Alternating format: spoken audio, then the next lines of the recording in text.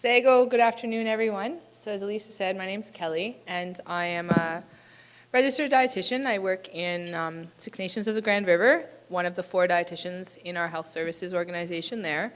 We're a pretty large community, about 12 to 15,000 on reserve, so it's a big population, and luckily we're fortunate to have 4 of us dietitians working in different disciplines with our community members there, along with a lot of awesome support we get from our community health workers, our youth workers, everyone else working within the health services.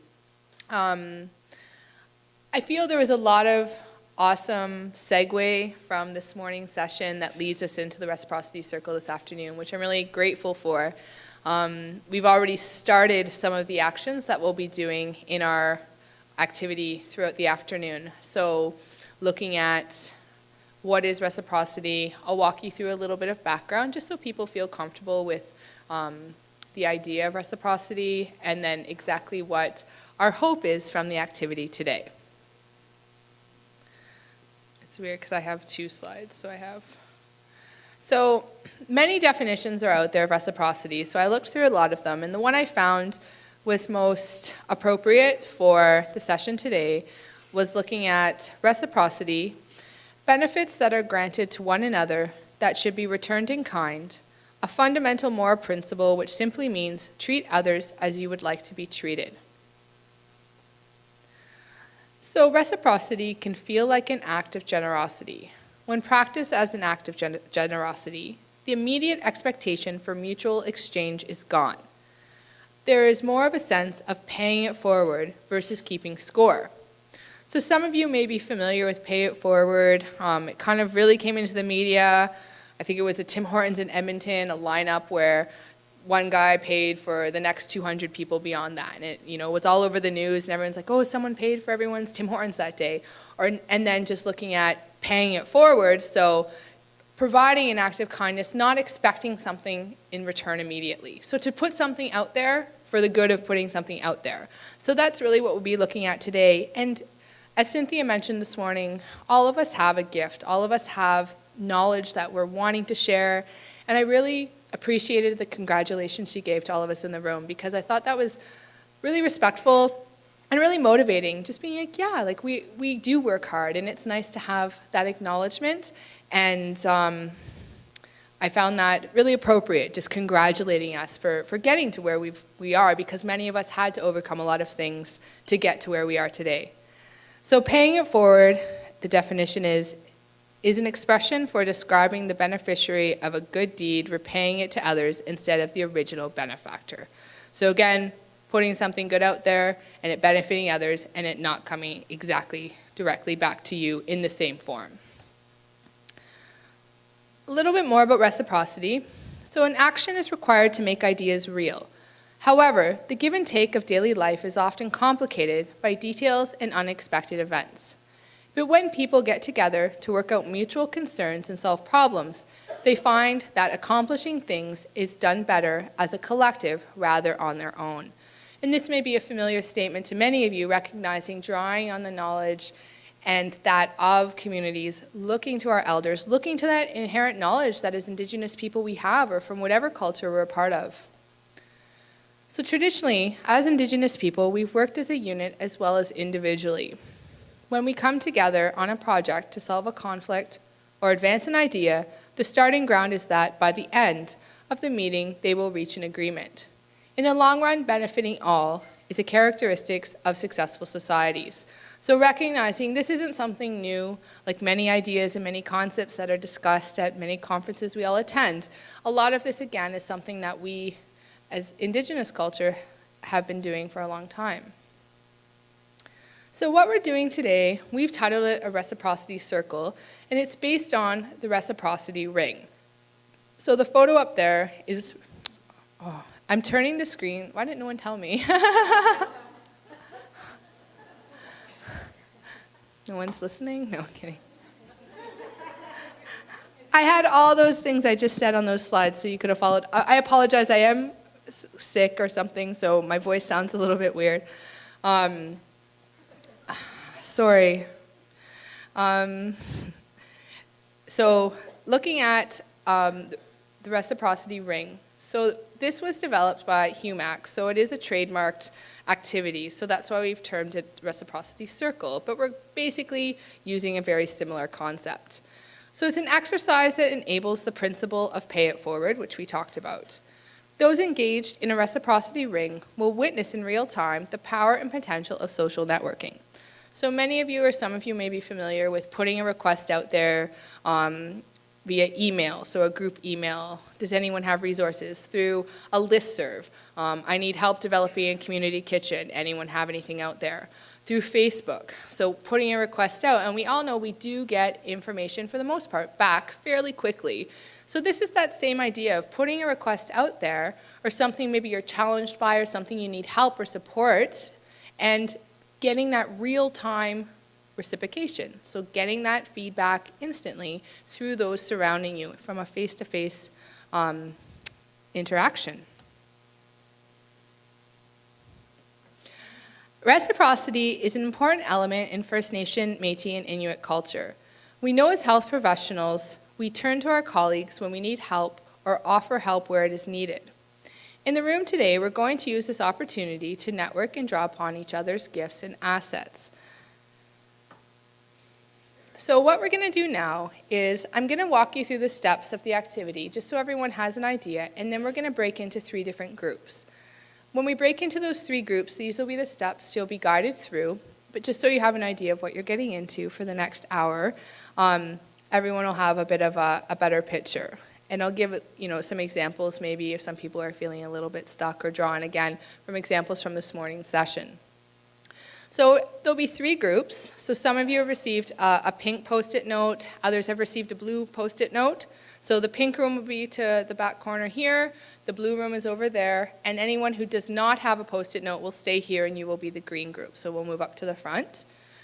So each of the groups has been assigned a different speaking tool. So we've talked about, as our planning committee, ideas of developing talking sticks or having something that gets people involved. And I really like the idea of having that sort of, that time where you're speaking and that representation is passed on throughout the group. So the pink group is represented by the feather.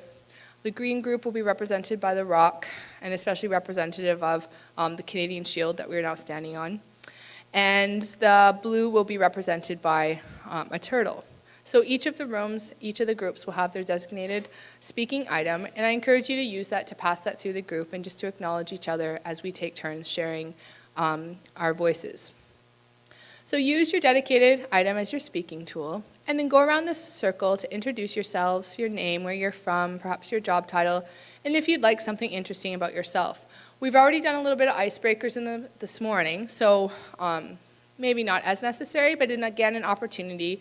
And it's always nice to hear where people are from, what their role is, and to learn their names. So again, making those connections stronger, revitalizing those connections. Moving through the activity step 2. So everyone, after you've done your introduction, you'll be asked to place them up front on the wall ahead of you or on the floor. So the first slide indicates what we're hoping that would look like. So in each group, everyone with the pink Post-it would put their name on it and create a circle on the wall ahead of them, examples for the green and for the blue. So when you go into the room, please grab a marker, write your name, and put it up on the wall. So it would look similar to that. So what we are moving towards is creating a similar model as we see here, as the reciprocity ring has developed.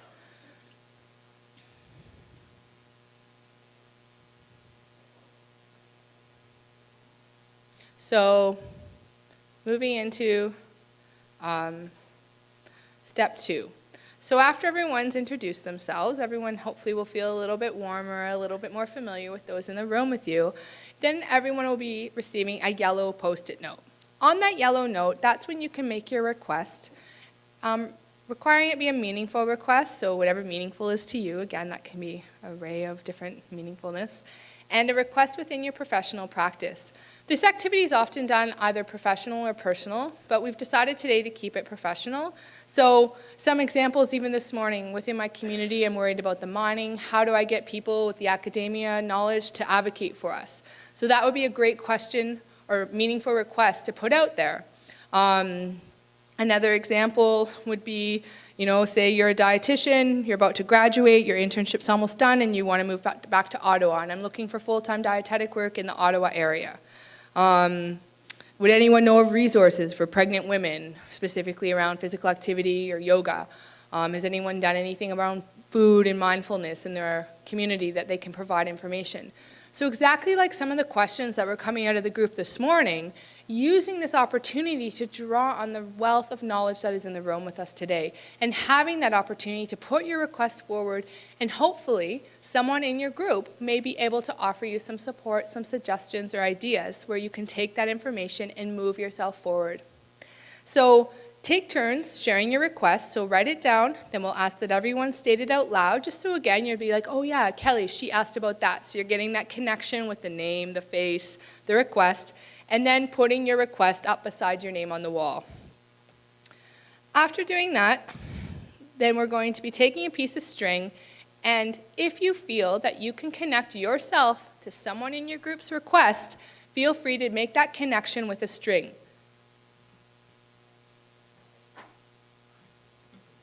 Complicated it by bringing my computer up here. So everyone will have, there's strings in all your rooms, so everyone will have a string, and if you feel you can support someone or help them out or you have a suggestion, then go and connect yourself to that person. So once, hopefully, we get a nice web of connections, and if you feel you can help everyone, great. Or if you feel, there's a lot of really great questions here, but none of them I feel I can answer, that's okay too. So if you feel you can connect with one or more people, do so. And then once we have our web, we'll ask you to take the time, we'll have about 10 to 15 minutes to make those connections. So if it'll be kind of moving from partner to partner, because if one person says, hey, Shelley, I can offer you this, and Shelley says, hey, Carrie, I have this for you. So moving through the room, and there'll be facilitators, Elisa and Emily will be in the rooms, and I'll be out here, helping you move through this activity so we all feel the act of reciprocity. After that, we'll come back to the room, and just some other examples here. Meaningful requests, so I kind of talked about a few of those. Looking at, again, what it would potentially look like. So see in the background, you have your name, your requests, connections, and then people getting up, moving around, and having that real-time interaction to help move you forward with what your request is. Then we'll come back to this room with the remaining 10 to 15 minutes. If there's any unanswered requests, we'll try to address them at the larger group. And we'll move forward from there. So hopefully that gave everyone an overview. The slides will be up and available in each of the breakout rooms. So my fear is that whole idea of breakout sessions at conferences when everyone sits at the table going like, I don't know, what are we supposed to do? I don't know, do you know what we're supposed to do? So hopefully you have an idea, and again, it'll be reiterated in there. And it can run as fluidly or organically as we choose it to run, but really acknowledging that this is a time where we want to draw on our knowledge of our colleagues and offer that support and make some connections, because that's really what we wanted to do with our session today and throughout this conference at our second annual ANN gathering. So I'll ask that anyone with a pink Post-it, please take it with you and head into the pink room. There's a blue room in the back, the other room, and then anyone with a green one anyone with nothing, please come forward and we'll make a semicircle with chairs up front. And enjoy it, have fun. So welcome everyone to the green group, to the rock, as we sit on this large rock up here on the Canadian Shield. And what we'll do is we'll each take a turn just introducing yourself and whatever you're comfortable with sharing, perhaps where you're from, maybe your role, and we'll move through it because we are a larger group and we have about 45 minutes to get through our activity. So I'll let you begin. My name's Courtney, and It's going to be a lot, but and I was introduced earlier as a program officer with Revitalizing, and I'm based here in Thunder Bay. I do a lot of travel regionally to Northern Ontario and various First Nations communities in the area. I'm Lee. I'm a dietitian in Sudbury, Ontario, and I work with the Northern Ontario School of Medicine as well as the dietetic internship program, and I'm a mother of two boys, 18 and 20. And my name is Sarah, and I'm a dietetic intern with the Northern Ontario School of Medicine, and I'm a mother of two boys as well, 20 and 22. My name's Natasha, and I'm also a dietetic intern with the Northern Ontario School of Medicine. Oops, and I'm stationed in Barrie right now.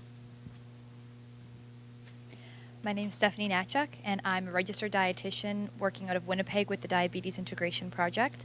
So I travel to First Nations communities around Manitoba working with teams of nurses. Hello, Wushu. My name is Byron Beardy. I'm based out of Winnipeg. I'm originally from northern Manitoba, and I travel throughout the northern communities in northern Manitoba as a food security coordinator. I'm also working with the University of Manitoba as a field technician. Hello, my name is Michael Robidoux. I'm a professor at the University of Ottawa. I work with the Indigenous Health Research Group, working with Indigenous communities in Northern Canada on local food strategies as a means of dealing with chronic disease. My name is Hannah. I'm also a dietetic intern with the NASM program, and I'm based in Sault Ste. Marie, and I just got married.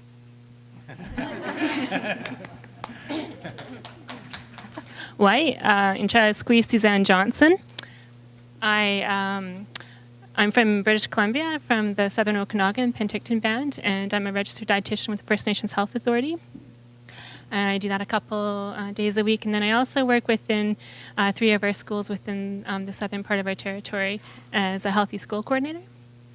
And I'm a mom of an almost 4-year-old.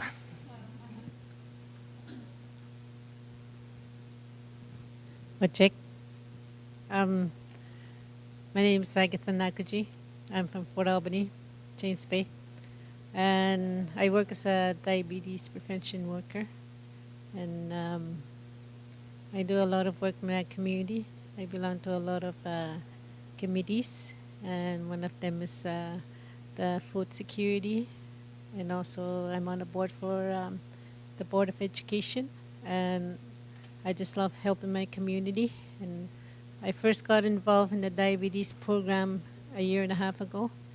I lost my husband to complications of diabetes 14 years ago. And, you know, it's been hard, and I want to help out within that area. And that's why I decided to go in this path.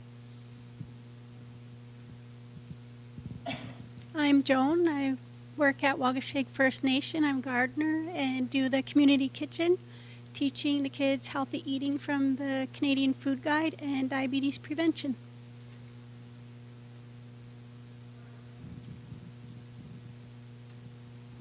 Great.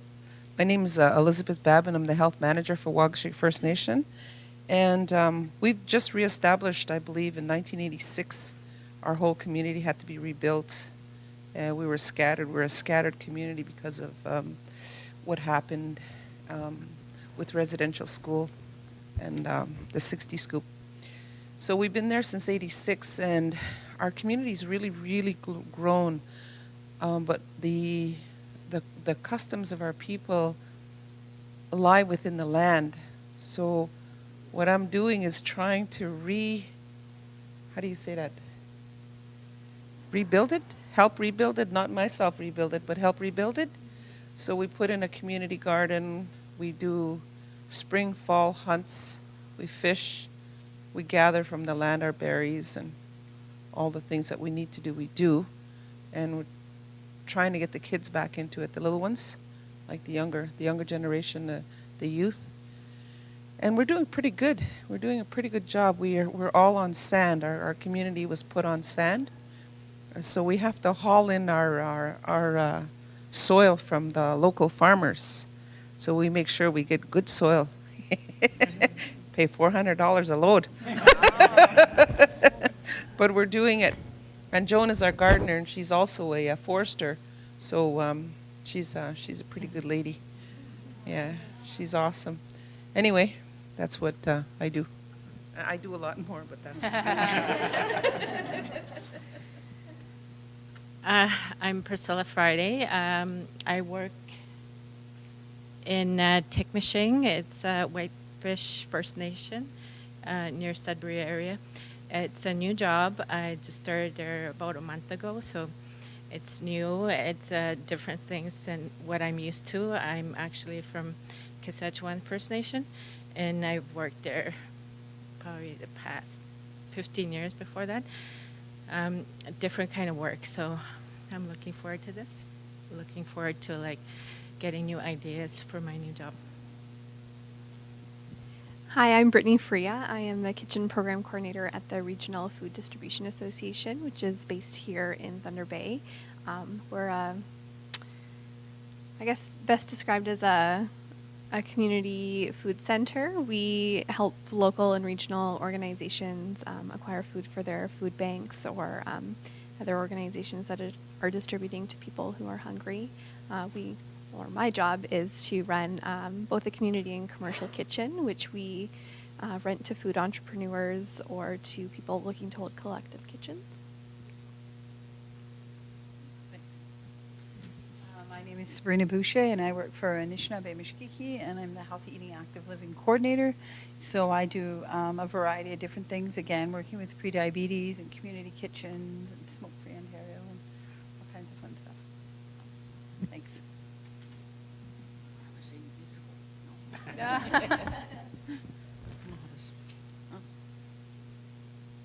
Well, I don't know what to say about myself. I don't work. I'm retired. I'm not a dietitian for sure. I did different things in my life, like just sitting here thinking about everybody, like most of you are dietitians, I think, and other things that are really interesting. I worked with Indian Affairs, I worked with Health Canada, I've worked with the bands, I've did my own consulting, I've did Cedar Trails, worked with elders, and when I look at all that, I say, okay, where do I have to go now? My heart is to go back to the elders, and they tell me, you're just a young elder. Okay, but I still want to know about what you do. They say, what's there to know? We are who we are. But they're very knowledgeable, and I guess for me, that's the area where I want to go back to, and I've made those connections. And in my spare time, what I do is I do beading, I do quilting, all the things that my mother and father taught me. And then I'm trying to teach my children, because I have 7 of them, but their life is different. It's, trying to get them back, but they do trying to learn them how to cook the way my mom and my father used to cook. Telling them, let's go to the country, and because we live in the city, so it's different. Going back to the traditional culture, that's something that probably I connected with 29 years ago. So it's just all these different things, trying to put them all together. And coming here, I enjoy very much. So I'm going to pass this on to the next person, because I was just taking pictures. You're part of it now. Sego Sewa Guego. My name is Dorothy Green. I'm from Mohawks of the Bay of Quinte. I work as a community health rep at our community well-being center, and feel like a jack of all trades and a master of none, because we're trying to educate and do prevention programs with diabetes, heart disease, cancer. Like, it's big. And I'm also a midwife in my community. I have 3 children and 11 grandchildren. So it's taking a look at the whole life cycle. It's not just targeting one piece, but it all begins before birth. So, getting these things in place for our young ones. I bring one of my granddaughters with me when I go to home visits. So it's teaching her and educating her. It's like, we got to start with the kids. They're just like little sponges, and they're so smart, and then they'll take that home and they'll pass that on to, their families, but yeah, so And I think coming from the South with our traditional hunting, gathering, and our medicines too, is like we do have that connection up here north. And sharing, our ideas and our thoughts and is a good thing. So I'm really happy to be here.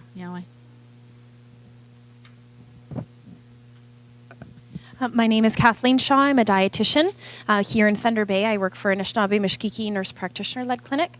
Although I'm a dietitian, my favorite food, if I could live on it every day, is pizza. Good afternoon. I'm Hannah Tate Neufeld. I'm a researcher at the Indigenous Health Lab at Western University, looking at generational changes in traditional food knowledge and access in southwestern Ontario.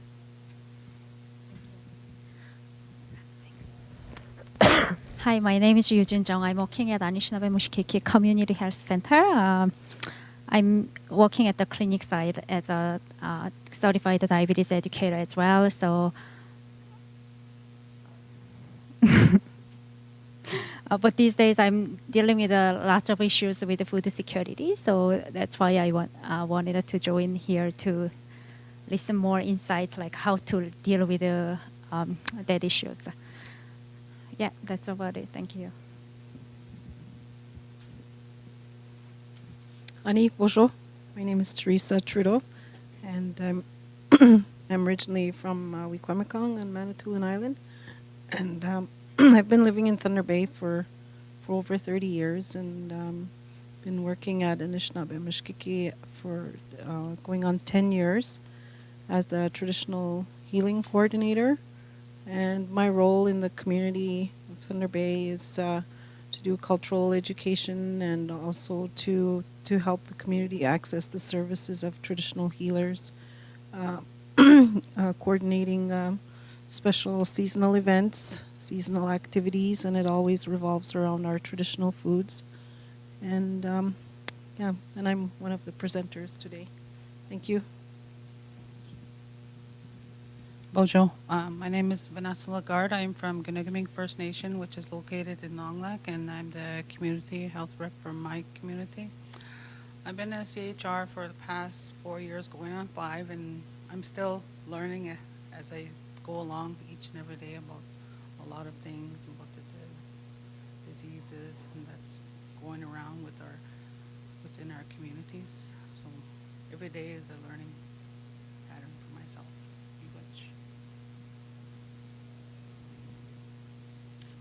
Hello, my name is Alisher. I work for National Aboriginal Diabetes Association as a project assistant.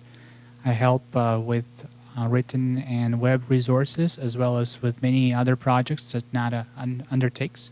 We're based out of Winnipeg and always open to new ideas.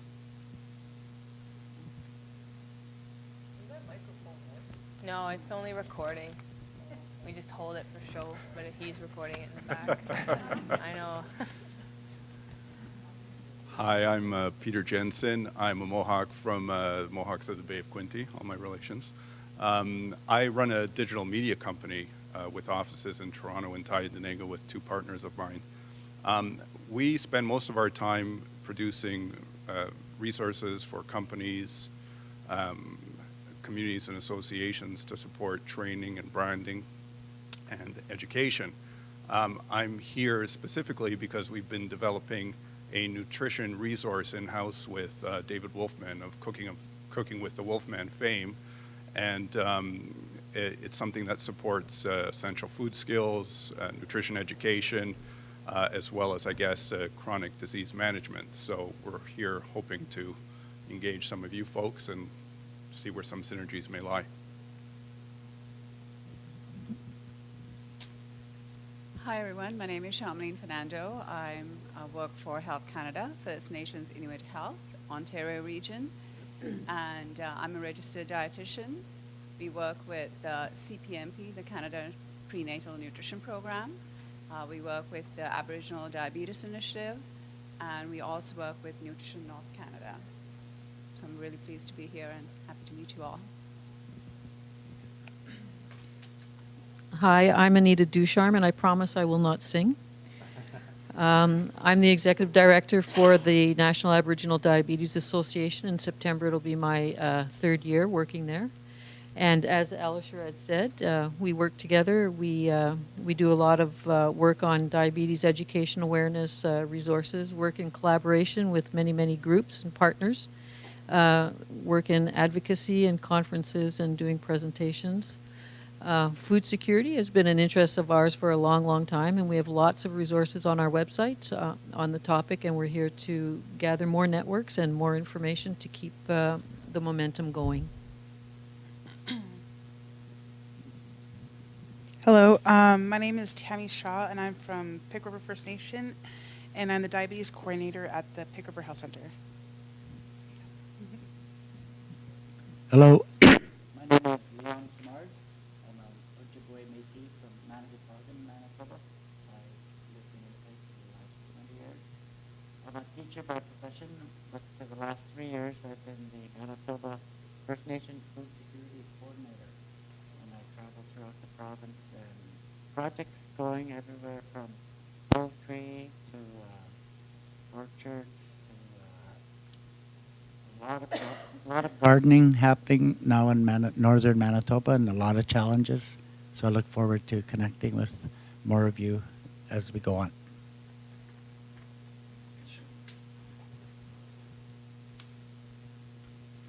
I'm Bossy Ducharme, and yes, that's my real name. And I'm not related to Anita, but it's good to see another Ducharme. My family's from Duck Bay, Manitoba, on the northwestern shore of Lake Winnipegosis. It's a Métis settlement, but I identify as Anishinaabe because of my path. And I come from a very proud Métis family. I think Duck Bay's the only Métis settlement that speaks fluent Anishinaabe. Anyways, I'm here to talk about how I lost 80 pounds by eating like our ancestors. No food that was not here pre-contact. I didn't put nothing in my mouth. So I'll talk about that tomorrow. I'm one of the speakers, and I did that for a year. And I travel all over the place talking about it.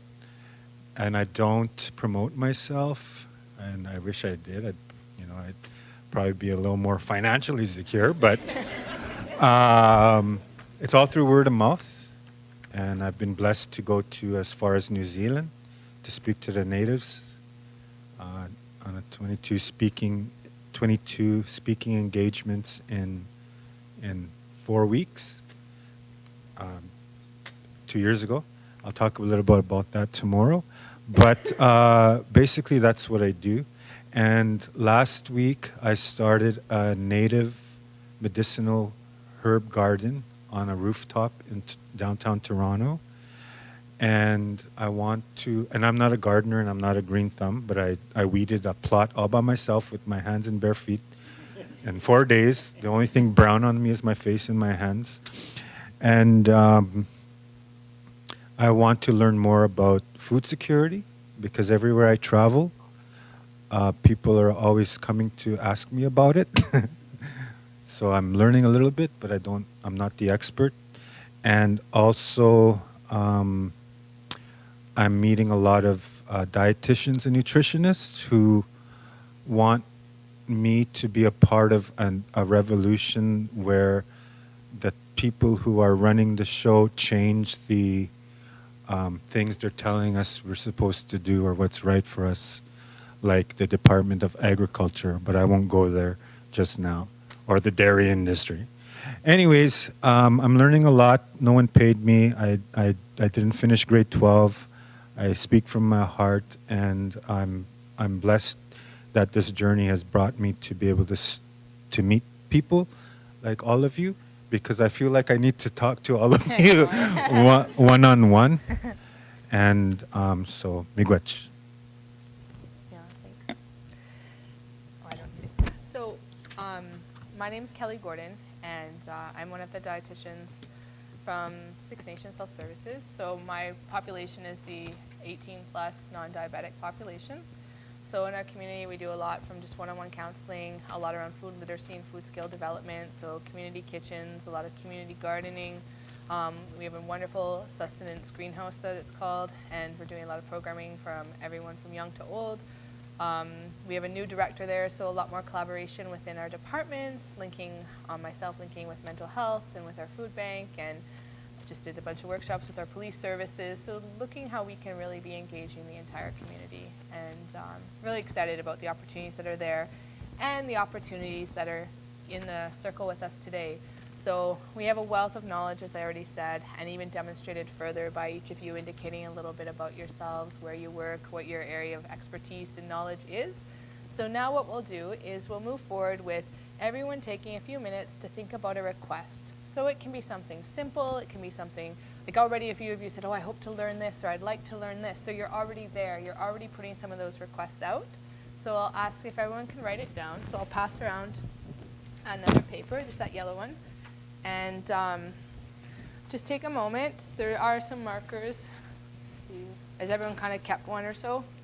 Oh no, they're right here. Thank you. And I think it's really neat how we have such a wonderful cross-section of people from different Indigenous communities, different territories, non-Indigenous people from all over the country. So again, taking advantage of what we're all bringing here today. So grab a marker, a piece of yellow. If you have a request you'd like to put down, please write it down. Hold on to it, because then we'll each take a moment to share it. Yeah, whatever you'd like, yeah. You don't have to use a fancy marker. So I know some of you are just finishing up, but what we'll do, are you okay to start? Okay. So we're going to go around the circle again, and just so again everyone can put forth their request. So you may hear, what's your name again? Courtney ask a request, and then remembering it, because then you'll see she'll go and put her request beside her name. So you may think, oh yeah, Courtney, that's the one I have a suggestion for her. So by stating our request out loud, and then we'll connect it to our name, and then what we'll do after is take a moment to look at it and see if there's any opportunity we can connect ourselves to, hopefully people from the bottom and the top of the circle. That's going to be a long stretch. We'll do our best, is to connect ourselves to someone else or multiple people. I have extra string if anyone has lots of connections they'd like to make. So I'll hand it over to Courtney. So just read your request, and then you can put it right beside your name for us. Okay. So a large portion of what I do in my job is to support community mentors or youth workers in their various communities. So they're often local community members that work in their home communities, mobilizing and activating youth. So there's a direct linkage to the youth in many communities. And we just recently started the Play for Diabetes Prevention program.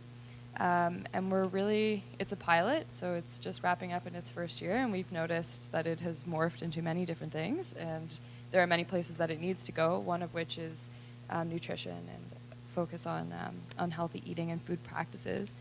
So with that, and in coming into a new program year and looking to incorporate a lot of that into the program, my request is looking for resources or information or methods around engaging community youth workers or youth in traditional diets, traditional food preparation, and local food strategies. So any kind of information, or if anyone has any experience with that, that would help us to develop a stronger resource for youth workers and youth on the ground.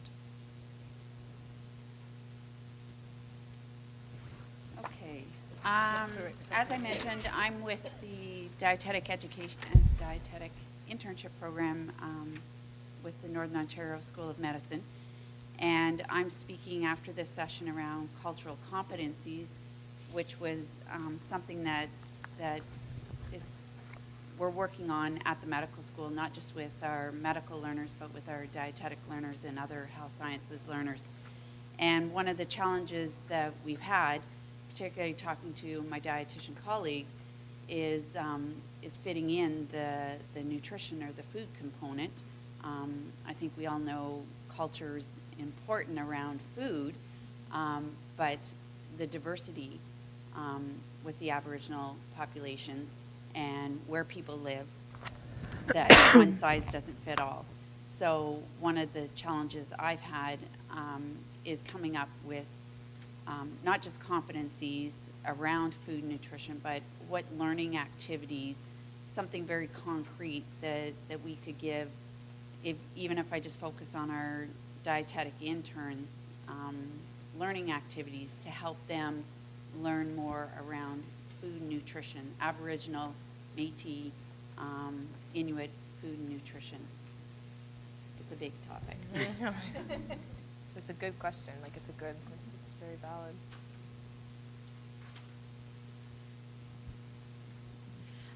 My name is Sarah Lynch, and I'm on the planning committee for this conference, and I'm looking for a job. I'm a dietetic intern. I'm going to be graduating very soon, in a couple of months, and I have a great deal of experience working in Aboriginal health.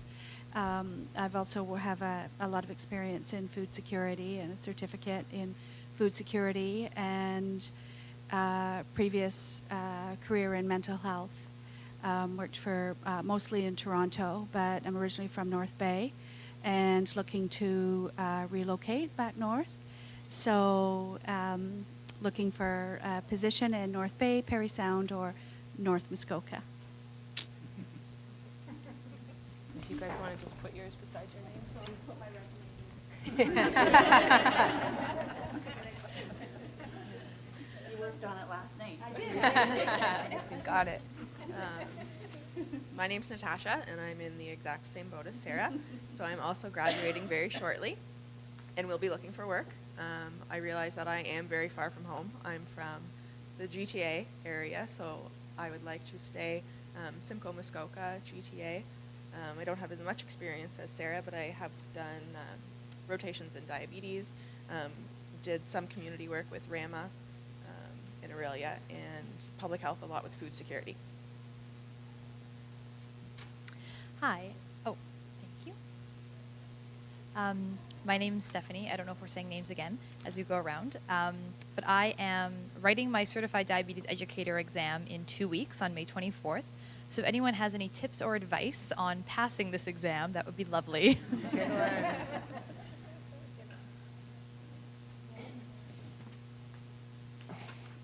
Hi, bonjour. My name is Byron.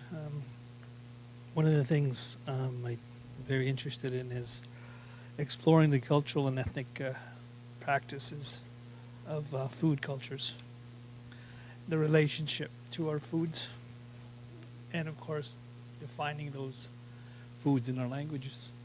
We're told that language is who you are. Language gives your identity. And in relation to us as First Nation people, we work for the First Nation people, and we should explore that. And that's my, I want to gather your thoughts on that.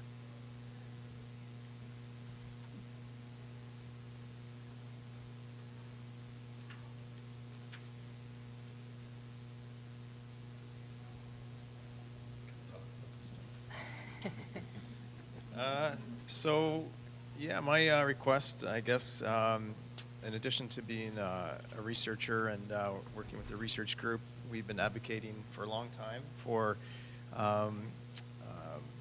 First Nations communities, Indigenous communities really throughout Northern Canada to help develop their local food strategies and food systems. And we've been going to all levels of government and anyone else who will listen to basically help develop infrastructure, because we do believe that there's the more autonomy people have over their food system, the greater likelihood of success in terms of dealing with food security and sovereignty. So I continue that request and look for more support.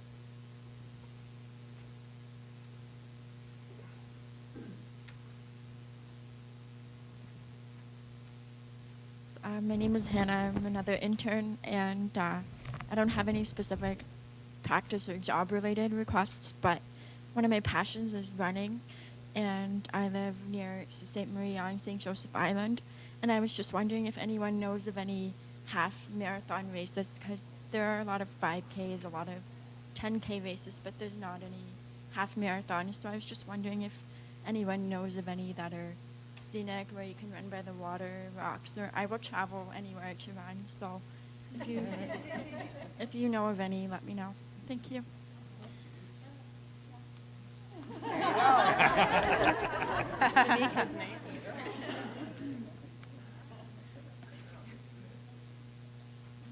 Suzanne, I have like a ton of questions. I thought I would pick one where I go fishing though, so it's a little different. And it's related to as related to the work within our nation, I'd say for the past 10 years or so, our nation's been working very hard in salmon restoration. Salmon was, it is revitalizing. We're revitalizing our salmon. It is now becoming one of our traditional food sources. It is one of our food chiefs, and I grew up not understanding the story of our 4 food chiefs because we didn't get salmon in our area.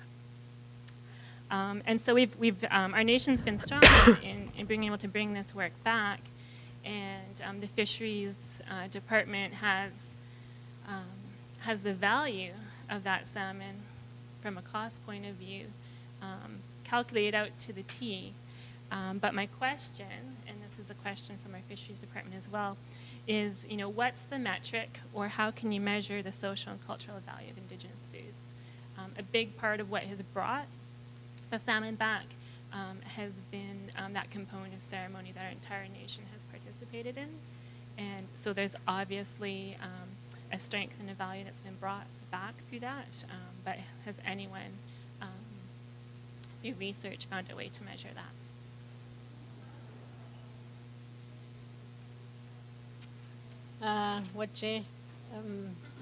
I just wanted to point out I'm from Fort Albany, and St. Anne's School is one of the residential schools that was located in Fort Albany.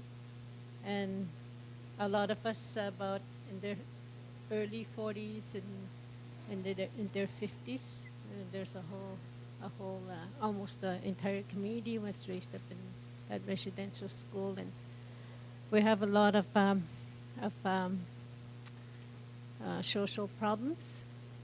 And one of the things I find challenging in my job is getting these people to come in, because there's a high rate of diabetes within that community, and a lot of residential school survivors are so stubborn. And I feel like I really push them hard to come in, or I'm going to knock on your door, your appointment. And sometimes I feel like they're going to charge me with harassment. And that's one of the biggest challenges I have, is how do you deal with a person that's diabetic and doesn't want to join in any of the programs, and he says, my life is over.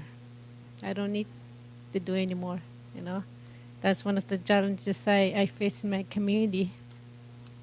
And I was raised in residential school. I was 3 years old when I was taken away from my home, from my parents.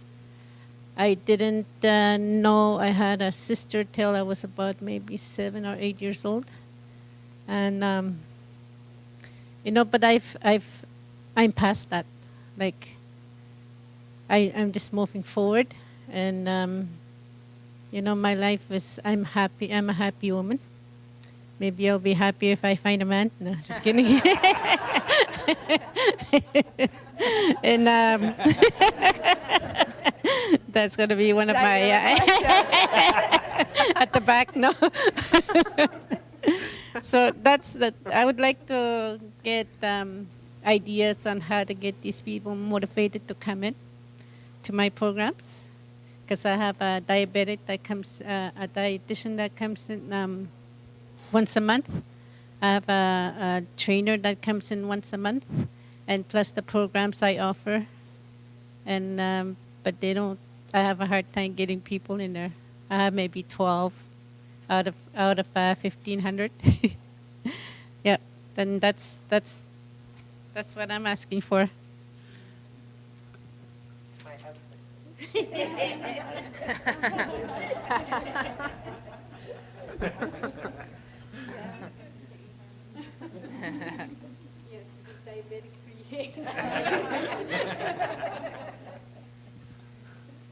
My question's directed for gardening and the community kitchen. I read your story online. It was nice to see your face. I didn't recognize you, but I commend you.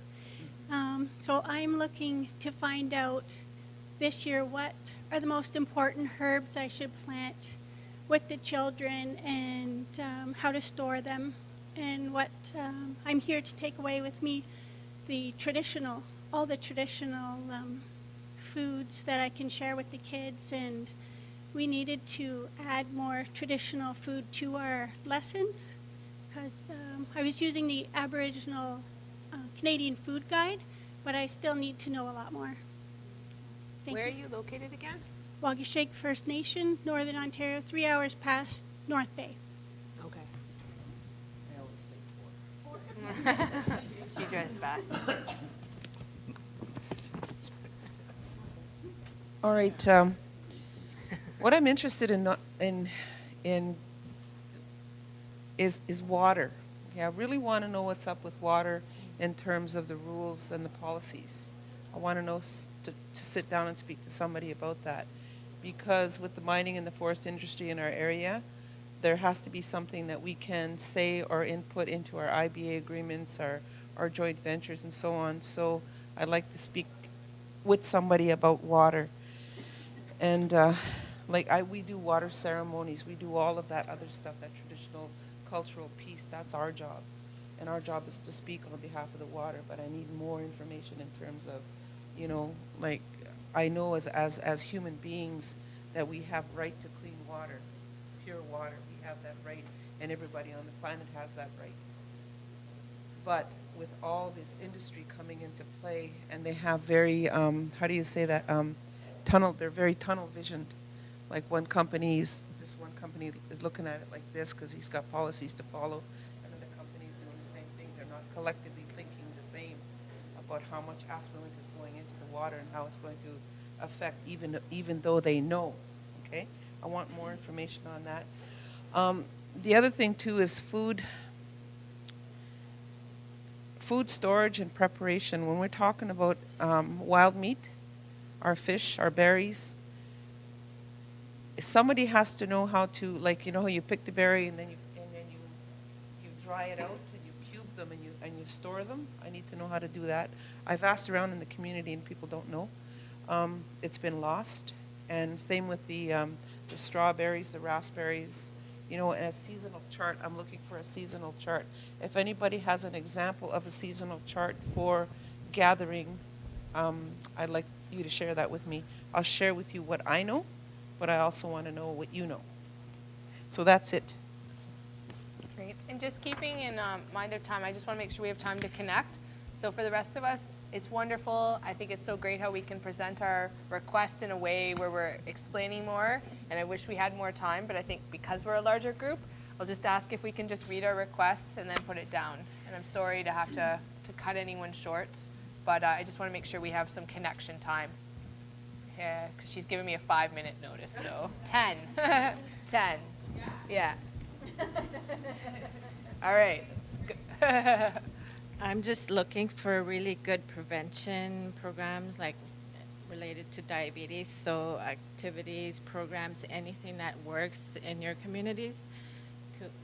I just want ideas to see what I can run in my programs. Great.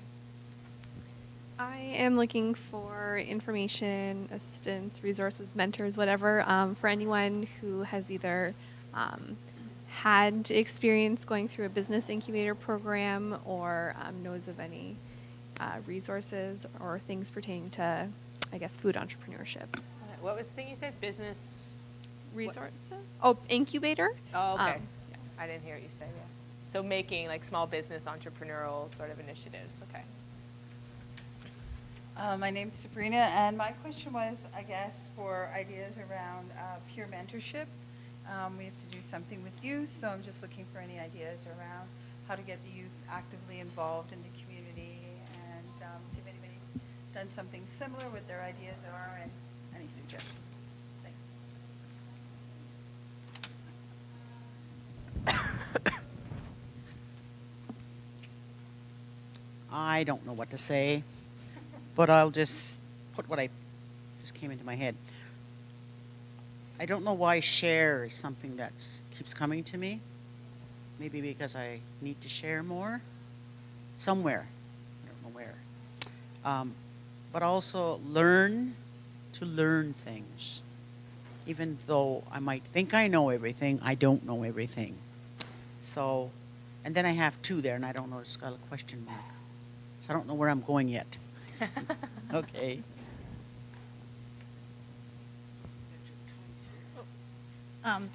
Mine is I'm looking for sustainable funding for a community birthing center that's incorporating everything, language, culture, traditional knowledge. We call it Nyungwari Hodans, which means our ways of knowing.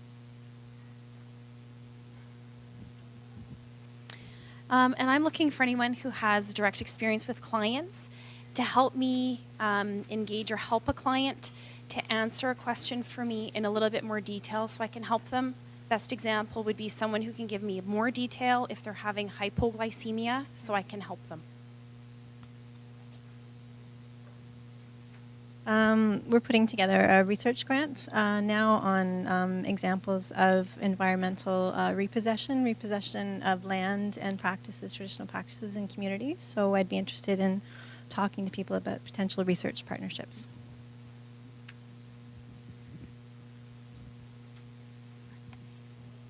There are lots of food security programs in town, but I just don't know like how to motivate people to engage this variety of community kitchen, like a good food box or community garden programs. So if you have a successful tips, please share with me.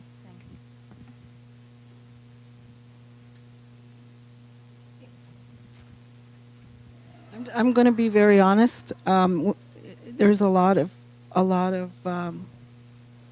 what you're saying here that I don't really. I'm sure I know what it is, but I've never heard of the term food security before, and I don't really know what that is. So just maybe someone can explain that to me, because when you say food security, that means something different to me, and I'm not sure if it's the same as what you're talking about. I know it isn't, because food security means to me like food handling, safe food handling, and all that, and I know that's not what it is. So sometimes when you all know what you're talking about, you assume everybody does. So that's one part I just honestly don't know what food security is. No, I think probably everyone here has a different definition of it. So I think that's such a valuable thing to bring forward, and would be a great opportunity. I'm glad you did that, because I bet you half people were sitting here, everyone's thinking of it in a different way. So that's awesome.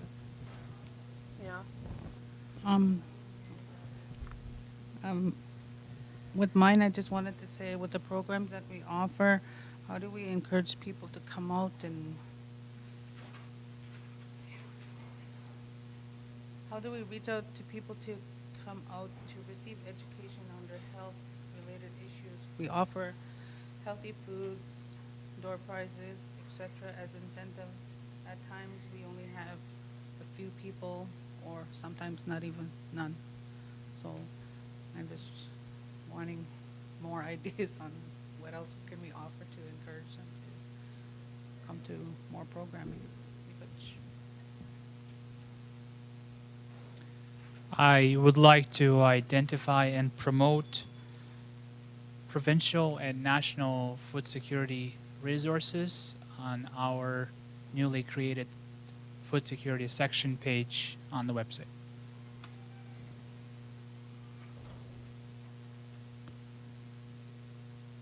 Thanks. I'm hoping to identify potential partners for the work that we're engaged in. We've got a lot of the technical skills, production skills, culinary skills, curriculum development skills, but at the end of the day, we don't really have the community partners or organizational partners to help us move our project forward. So at the end of the day, we're looking for potential partners. We'd like to learn more about how to do like the WebEx training or long distance training, because so far we've done a lot of face-to-face, but we're kind of moving away from that right now. And so we need to learn how to do more online training and that kind of thing. So that's something I'd like to help with. I echo what has been expressed earlier around the circle, strategies for increasing community involvement.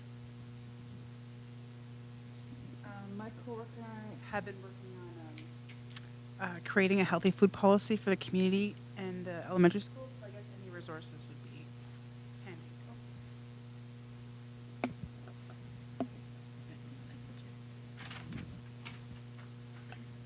Just briefly, I would like to get any ideas on how schools can offer more nutritious foods, whether it's breakfast or lunch or after school.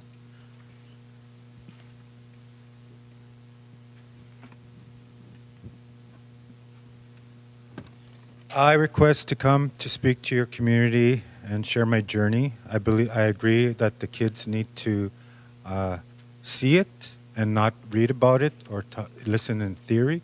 I want to show them I did it, and I'm from the hood in Winnipeg, and nobody paid me, and it changed my life, and it's a lonely place to be the only niche that eats like our ancestors. I'm the 7th generation. I want the next generations to join me. Thank you.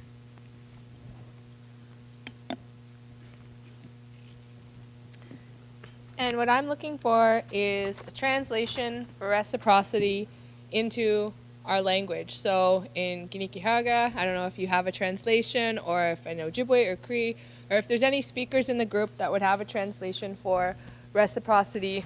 I don't know why I'm pointing to that. Reciprocity, or the concept of it in our language. So if anyone has a language translation for that.